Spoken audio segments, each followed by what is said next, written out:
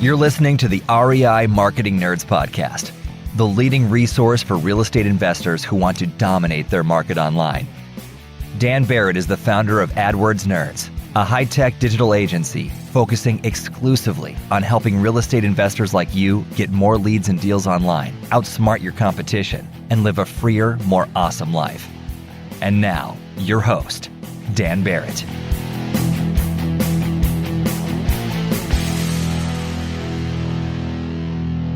All right, well, we kind of just got started, but, I am Dan Barrett, as always, here from AdWords Nerds. I'm here with Eric Hartsburg. Eric, thank you so much for coming on the show, man. I really appreciate it. Yeah. Thanks for having me. Yeah, it is my pleasure. We were just commenting on the fact that we were both pounding coffee. Like, we knew we were about to talk, so we both went to go pound some coffee at the same time. Is that what you try? Are you like, how do you take your coffee? Are you drinking coffee, first of all? Yeah. How do you take your coffee?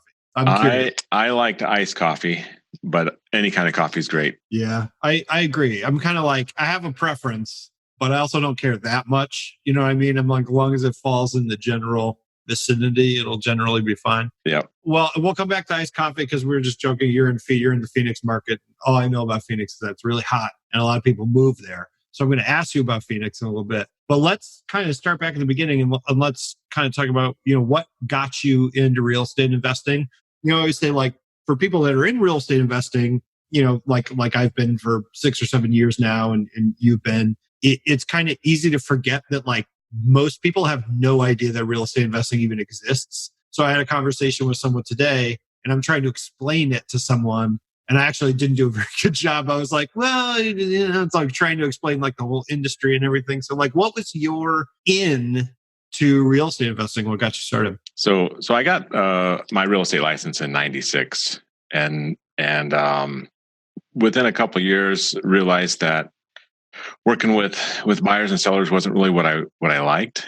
You were an agent? I was an agent. Yeah, I'm still an agent. I'm a broker now, but found a HUD house and kind of did the numbers. And my mentor at the time was telling me that if his client doesn't buy it, he's going to buy it. And then I thought, well, if you don't buy it, maybe I should buy it. And nobody bought that house that we know of, but that's what kind of got me thinking about it. Oh, so you never even bought it? You didn't buy it, but that was just like you started thinking about it. Just started thinking about it. Yeah, I just started thinking about it, and read Rich Dad Poor Dad, like a lot of people, and started looking for houses and started buying HUD houses. Is what kind of got me into it. The first one was a live and flip, which I won't do again.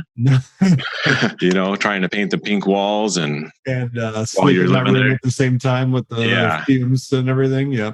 It's not fun, but just started. I just learned that I like doing the fix and flip more than working with the buyers and sellers, I think. It's funny. Like I was sort of detected as I've had a lot of these conversations. There's kind of like two really broad kind of categories of investors. And there's like the people who love the deal making side, and there's the people who love the actual like flip side. They sort of get into it because they like rehabbing and they sort of learn to do the deals in order to do more rehabs. And then there's people that just love deals. It kind of almost doesn't matter that it's a house, and like it could really be anything, right? So it's like, what got you into it? Was it one or both of those, or what was your kind of that's attracted you to it? I'm not sure myself. I've thought about that, and I think I like seeing the project come from being really ugly to that finished. It's nice, pretty, and somebody's gonna love it when they walk in. But I'm a deal junkie too, so I don't know. Well, it doesn't help. It doesn't hurt that they have both the kind of like, you're making something better, but there's also that big kind of dopamine hit of like actually doing the deal, which is like pretty awesome. And I think there's probably a reason that investing is popular. It's probably the combination of those two. I want to ask about Rich Dad Poor Dad because everybody brings up that book. It's like, and I read that book too. I didn't become an investor. I feel like I skipped the chapter they talked about real estate investing or something. Or I just didn't. The lesson, it's funny, like I read it in college, and the lesson I took away from it, the thing I really remembered was don't buy a new car. That was like the lesson I took away from it. Everybody else that I talked to is like, yep. And then I went into real estate investing, and I was like, I totally missed that part of the book. So like, what did you, when you read that, were you like immediately like, this is what I want to do? This is for me. Like, what was the big takeaway from that book specifically? Do you remember? It's hard to remember back. Yeah, it was a long time ago, but I think what happened was just that paradigm shift that, going from just consuming to maybe building some assets. Yeah. And flipping isn't really the rich dad, poor dad way, but that mindset of not spending all your money, but investing it so it can come back to you. Yeah. I don't know if that's where I've had this fantasy for a long time, because I ironically, like, I work in real estate investing, that's all that we do. It's all we work with, but I have like zero interest in actually like really getting into it myself. Like, I might give someone money, but I'm like, I don't want to, the whole idea sounds like a nightmare to me, right? Because I don't like working with my hands or complicated projects or whatever, right? So I'm like, I just want to like put my money in an account. But I don't know if it's from Rich Dad, Poor Dad that I got this, but for forever I've had the fantasy of like owning gumball machines like everywhere, like thousands of gumball machines that just all produce like $50 a day or whatever. Anyway, so I don't know. That's just sort of here or there. So you were in this situation, your mentor. So first of all, I'm curious, was your mentor someone local, or this was someone like an agent that you were mentored? It was another agent. So basically I was working for them. They were doing a lot of deals, just regular real estate, helping buyers and sellers. And I was their assistant, but learning from them. And they're the one that actually gave me the book, Rich Dad, Poor Dad. All right. That's awesome. I mean, it's such a huge deal to have someone that's even just a couple years ahead of you that you can shadow, because it's like you know, in all the situations, you don't know what you don't know. So it's kind of hard to ask the question that's really going to make the big impact, right? Unless you ask for the kind of model. So you're doing that. You had this moment where nobody ended up buying the house, but sort of put you in that mindset.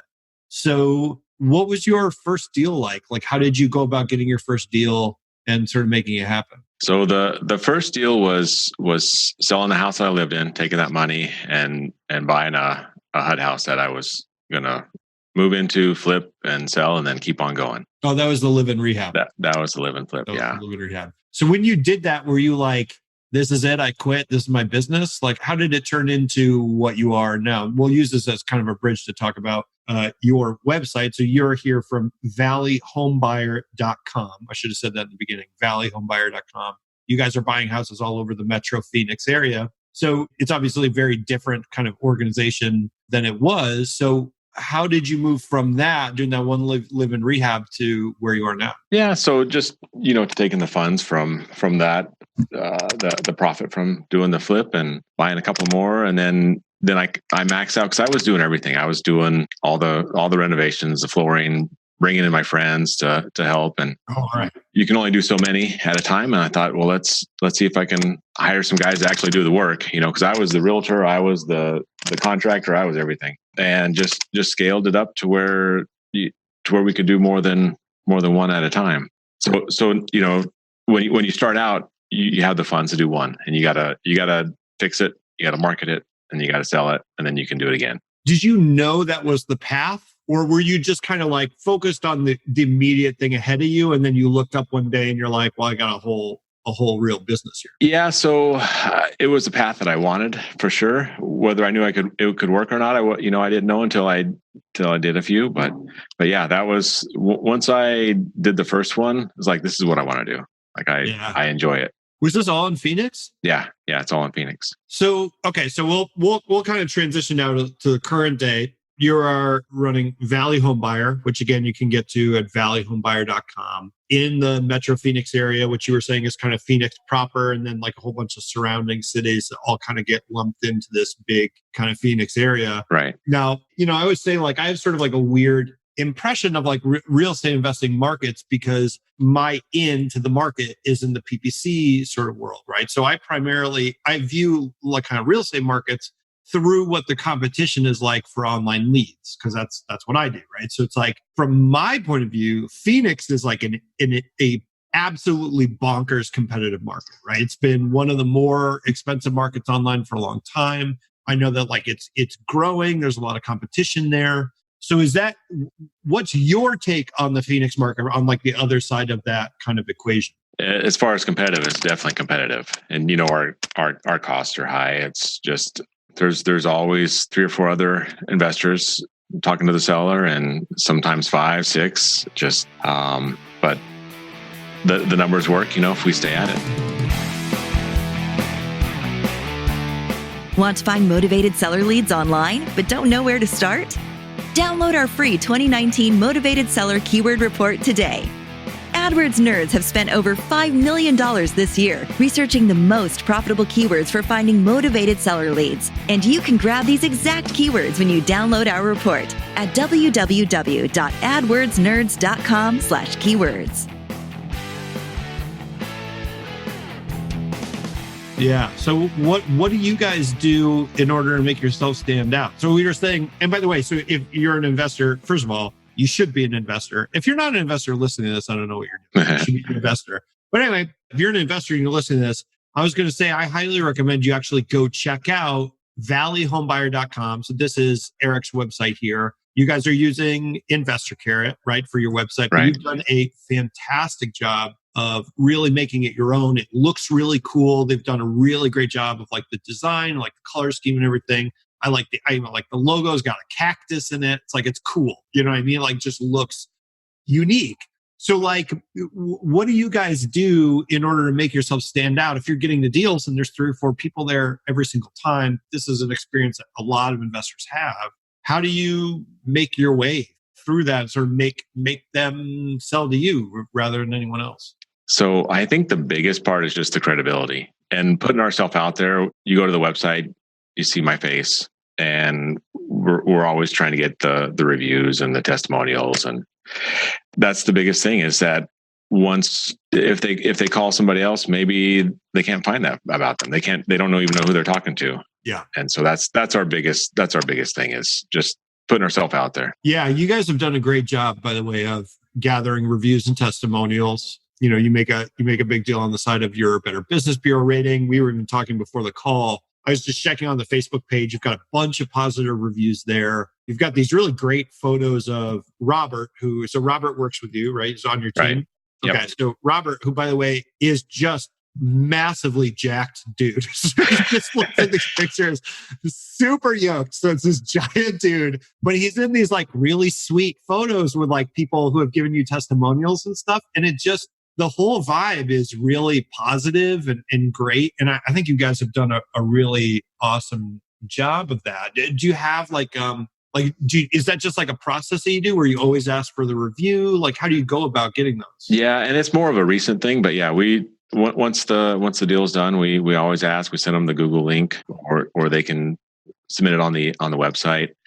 I'm gonna try to get a picture if we can, and we always follow through. So we don't ever promise something that we're not going to do. Mm-hmm. And so and I think it comes out when you see the reviews. Those reviews they're all real, and the people are thankful that we help. And I don't know, we just try to do the right thing. Yeah. Well, I mean, I think it's one of those. It's an interesting kind of thing because there's the tactical piece of it, which is like, send them the link, ask for the review, make it a process, all that stuff. Like I've talked about that in the REI Marketing Nerds Facebook group. I think I did a whole training on it, right? So it's like kind of the tactical piece of like just getting it. But you raised a really interesting point, which is if they don't have a good experience, they're not leaving you a good review, right? Yep. So it's like you actually have to like, do a good job. And, it's weird. I was just going over this with our team. It was literally breaking down, like, we go through this process of breaking down like our goals for our team and how we interact with our clients. One of the things that we were saying we wanted was like a sense of trust between the client and the team. And I'm like, okay, so like we want them to have a sense of trust. What are the things that need to happen or, we need to have in order for people to have a sense of trust? And one of them is like, if you make a verbal commitment, then the team follows through on it, right? So it's like every time you make a verbal commitment, even if it's a small, we were sort of doing, an analysis of like a relatively small interaction where someone said, oh, I'll send you an email about that after the call. And then they didn't send the email and it wasn't a big deal. But I'm like, if you want them to trust you, every time you say something and then you don't do it, that deducts a little bit from that equation, right? It kind of makes it a little bit less. So yeah, I think that's really awesome. So like you guys are in this kind of like nuts market, a lot of competition, a lot of other investors. What does your marketing kind of stack look like? And you don't have to talk about specifics, but just kind of in general, kind of like what have you guys found to be like useful for you marketing wise? Yeah. So we started with the postcards and we still do postcards. It's expensive, but they still work. And then the PPC and just going with the organic SEO building, just keep trying to add content, make it, tweak it, and those are really the three things. Yeah, I mean, I think in a market like yours, where the cost to buy leads is very high, the value of organic leads goes up a significant amount, right? Because it's like, well, hey, even if it's really competitive and takes a long time and it's slow, you have to realize it's like, well, what if I'm in Toledo or something, what might be $100 lead in PPC in Phoenix is sometimes like a $300 or a $400, right? So it's like, wow, it's like the marginal utility of SEO really goes through the roof. And I think, it's one of those things, interesting things that kind of depends on the market dynamics and stuff. So Phoenix as a market is, and I'm trying to remember, I actually saw someone give a presentation specifically about the Phoenix market. And I was really blown away by the extent to which it's growing, or it was growing at the time. Is that still the case? It's like one of the fastest growing cities in America, right? Yeah. I believe I think we're number one last time I looked. Yeah. So if you actually do live in Phoenix, like where do you live? Born and raised in Phoenix. So yeah, I'm actually I live in Peoria, but it's it's just a suburb of Phoenix. All right. So like, what does it feel like to actually be from there and be in the fastest growing city in America? Is it just like constant construction and everything's nuts and it's like sprawl everywhere? Like, I haven't been to Phoenix probably since I was a kid. So like, what is it actually like there now? Yeah. So it's the sprawl. So the new stuff is usually on the outskirts, and if you're in the center, you don't see it. If you're out in the outskirts, you see them building all the time. Yeah, that's interesting. So like for you as an investor, how does that affect what you do and kind of properties you look at? And I mean, it's one of those things where there's a lot of demand. Are you like trying to buy houses that are closer into the city center and those are worth more because people don't want to live further out? Or like, how does that affect what you do? Yeah. And so I target the stuff that's near where we live and work. Yeah. And so, I have a preference for that stuff that's around the office, and we're in the center of Phoenix. But we'll buy anywhere, we'll buy even 100 miles out of the city if there's a house there for us. But we do all the work ourselves. We have the rehab crews. So there's a certain type of house that I really like, and I just go after those. You have a pretty good sense of the kind of deal you want to do, and you're pretty focused. Do you ever worry about so this is maybe me speaking as a non-investor myself, right? Part of me feels like if that were me, I would worry about running out of the deals that I want. Do you ever worry about that? Or is it just look, it's such a small percentage of the total number, it's never going to happen. It doesn't matter. So in Phoenix, there's a big percentage of the houses that are good deals for me. So just just Phoenix in general is a fairly new city. So there's a lot of stuff that's built in the 70s and 80s that are perfect for rehabs.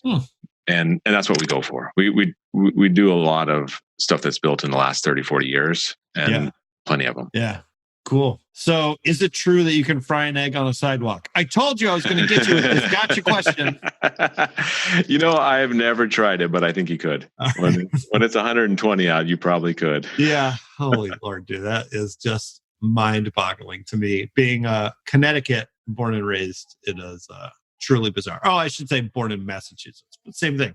Anyway, well, Eric, this was awesome. I'm going to say, so even just this conversation, we've had just pretty simple conversation so far. I got to say, man, that you definitely give off very soothing vibes, very calming vibes. So I think it really goes to show it's you're talking about differentiating yourselves with sellers and kind of just putting your real self out there and just being honest with people. And I think it really goes a long way. I think there's a lot of people in this industry that take a really kind of high pressure approach. And I just appreciate your whole approach to what you do. Cool. Thank you, man. So if people want to find you online, definitely. So valleyhomebuyer.com.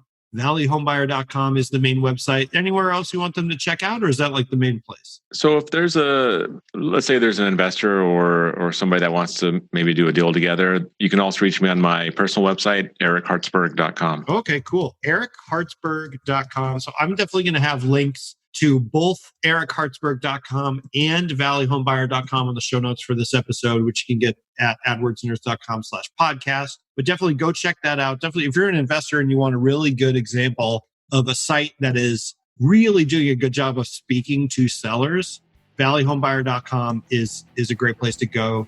And if you're an investor, you want to team up with the Eric Hartsburg, you can do that at erichartsburg.com. I highly recommend it. Eric, this was awesome, man. Thank you so much for coming on the show. I really appreciate it. Yeah. Thank you, Dan. I had a good time.